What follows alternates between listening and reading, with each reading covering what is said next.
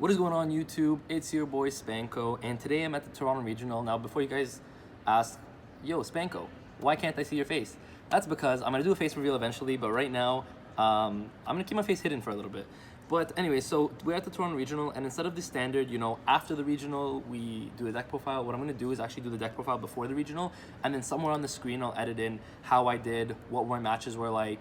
So you guys will see it on the screen regardless. So you'll see how this deck did, and you'll see how I did essentially. Okay, so just to give you guys quick feedback on the tournament, I ended up dropping after round 6, and that, as you guys can see on the screen, like that was just really unfortunate for me. I got a really unfortunate matchups. Not even the matchups were bad, but I absolutely hate the new time rules. I've tied like literally 3 times. I went X1 and 3 after round 6, and I was like, even if I win the rest of the way, there's no guarantee that I'm topping. Also, like, I feel like it's not the deck's fault. The deck was playing like and performing very well for me in the sense that it never bricked. It went like it played really, really well. But so yeah, as you guys can see, round 1 I tied versus Danger Orcust. Game 2 was a grind game. I won game 1. Game 2 was a grind game, and then he was up by a few life points. I think it was 400, 500 life points. Game 2 I tied versus Mystic Mind Sky Striker. Game 1 he just Hayate beat down me. Game 2 I set up a board and he really couldn't play around it. And then game 3 we kind of like he tried to play out game 2. I feel like he should have just scooped because he couldn't play around it, but we tied or going into time we couldn't get to game 3 because he didn't like he wanted to try to play around it instead. It was actually a very good match though, very, very good guy. Round 3 I won versus Pendulum and Demian in 3 games. Round 4 I lost to Salamangre, and I lost to Salamangre in game 3. I lost because I set up a full board and I was like, okay, we're blessed, and then he had evenly, and I didn't set the crescendo, which I feel like I should start setting crescendo more often, so maybe that was my misplay. I should start setting crescendo game 3s because the evenly probably will come in. Round 5 I won 2-0 to Salamangre player. Salamangre, it's a really good matchup for me. It just, yeah, round 4, I just got unlucky with the evenly. And then round 6, I played another Mystic Mind Sky Striker, and I tied again. That deck is so, like, annoying. I freaking hate it. But yeah, that's it for the feedback. I hope you guys enjoy the rest of the deck profile. And hopefully I do well. I feel like I'll do well. I know the deck. I've been playing the deck for a while, so I'm very comfortable with it. But yeah, let's get right into it. So I played 3 Harp Horror, 2 Symbol Skeleton, 2 Nightmare, and 1 World 1. I feel like this is standard. This I used to play at 2. I was actually playing it at 2 till last night. And last night I was up till like 4 o'clock in the morning putting the deck profile, or putting this list together. And like I'm kind of mad because it's like 9 a.m. and I'm super tired, but whatever. I mean, I guess I'll deal with that. But yeah, so I decided to play this at 3 now is because I decided to play Dangers. I didn't play Dangers before. I decided to play Dangers, and you guys will see that I'm so broke that I'm playing some budget Dangers. So I'm literally putting budget in the deck in the title of this video just to bait you guys, but it is actually budget because I'm actually not playing like super expensive cards. But I did decide to play 3 of these because opening this is actually not bad with a Danger, because discarding this is actually the best discard. So I decided to up this to 3, and I'm also playing 45 cards. So this is fit for the Danger engine. Or the Orcust engine. Sorry, I'm pretty sure it's pretty standard. Then I'm playing a card that's not that standard. It's triple Ibly. And so the reason I decided to play Ibly is because in Toronto, at least, I know Striker is very like common, and people love playing Striker here. So this is actually the best normal summon, in my opinion, the best normal summon in the deck, because this is your normal summon that gets you to combo, and so your opponent has to hand trap your Mermaid there. But if they do, you have extenders, right? So instead of wasting like a normal summon plus an extender, this gets you straight to Mermaid and gets you full combo, because this and any card to discard is full combo. So this is why I decided to play it. And then a lot of people have the misconception where they're like, oh, it's bad because you have to give it to you don't have to give it to your opponent. And then on top of that, even if you do give it to your opponent, you can give it to them, but then if you realize like halfway through the combo and you're like, wait, I don't want them to have it just in case if like you know what they're playing, or they like reveal what they're playing to you, what you do is when you summon your Dingyus for the first time, you just Bardiche pop it, and it doesn't literally like you get rid of it, right? So it doesn't matter. Like this card in my opinion is like the best normal summon in the deck, and yeah, like it's just full combo. Like this is a 1-card combo. And then obviously Corbane and Candina. I'm pretty sure I used to play Lilybell, but I decided not to play Lilybell because you open it and you brick it, and I want to get rid of as many bricks in this deck as possible. That's also why I played this, is because this is like if you open a full hand of bricks and then this, you still have full combo, right? So yeah, you just want to play one of that get you somewhere and not that don't. And so this is what I'm talking about broke. I don't have the really good expensive Danger cards, so I'm playing triple Mothman, 1 Chupacabra, 1 Bigfoot, and 1 Thunderbird, so 6 Dangers. I watched a lot of deck profiles yesterday, like last night, and I realized like a lot of the better profiles only play 6 to 7 Dangers, And the reason for that is because if you're opening too many danger cards, it's just like opening a bunch of extenders that can like eventually get you to start or somewhere, but then you end up like discarding a lot of your hand, and you actually need your hand in this deck. So that's why you don't want to draw all dangers. So what you really like the best draws you can have, or the best hand you can have, is like one danger monster plus like an Orcust monster and like a starter or something. So that's really, really good. So that's why I decided to play 6. Now, of course, if you have the better ones, I would suggest play 2 Tsuchinoko, 2 Jack, and then 2 Jackalope, and then 2 Nessie. Or I know some people play 3, 3, and 1. It doesn't really matter how you guys want to play it. That's how I would suggest it. But this is like the budget danger engine, and it's really good because these are removal on their own. So just having removal is obviously also really, really good. So that's it for the dangers. Then the standard one-ofs that are absolutely brick, like you never want to draw these. And that's also why I played 45s, because I want to see these less. So but you gotta play these. Then the only hand trap I played is 3 Ash, the best hand trap in the game. I think it's the most diverse, or the most, yeah, it's the most diverse. And then for spells, triple light stage, double terraforming.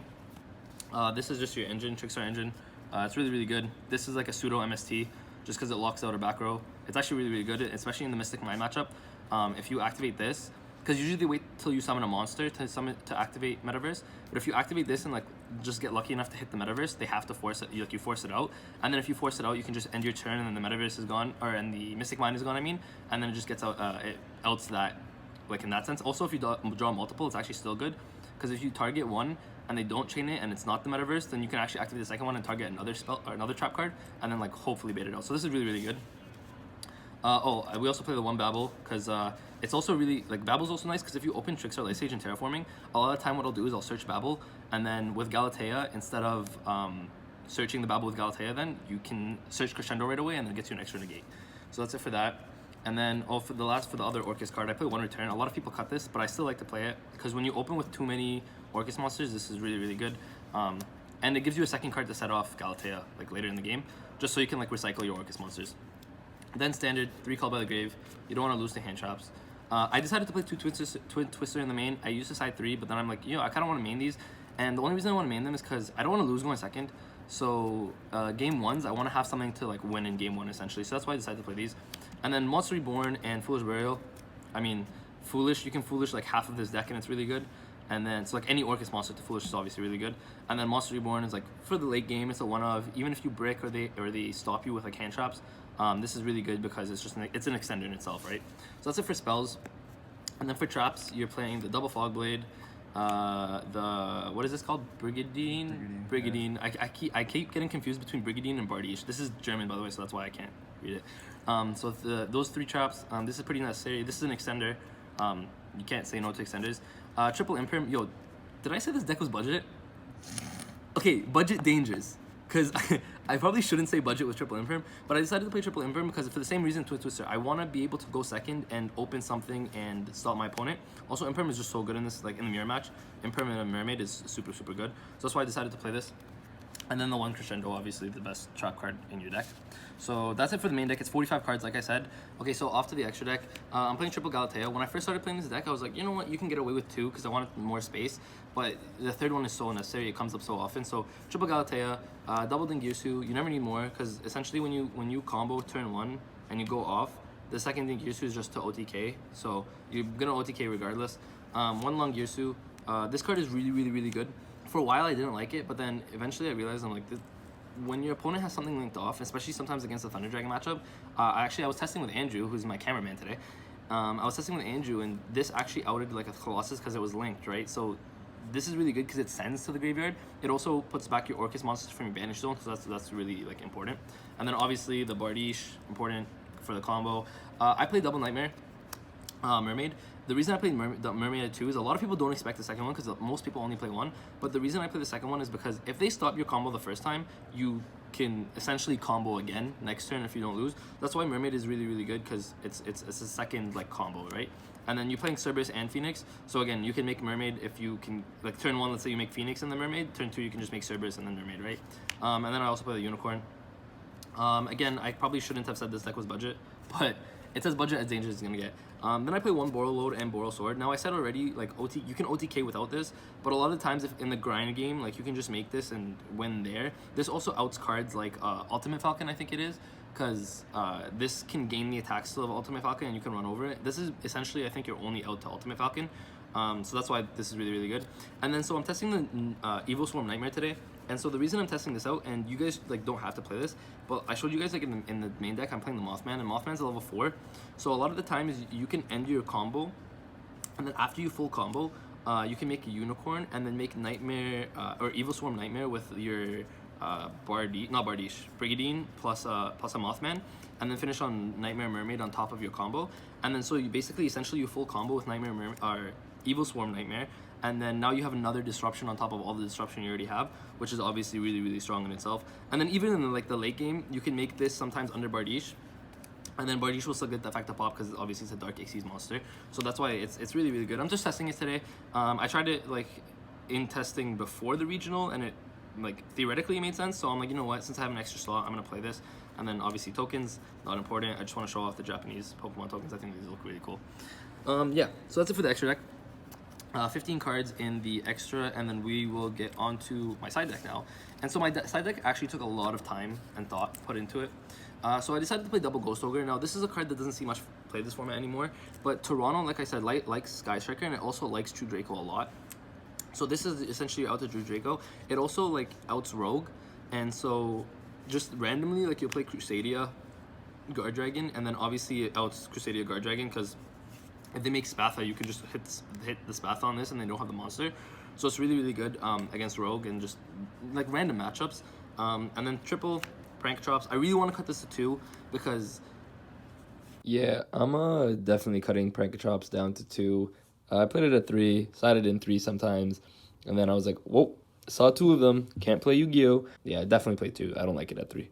Like when you draw multiples, if you side in 3 and you draw multiples, like you really want to off yourself, like it's so bad.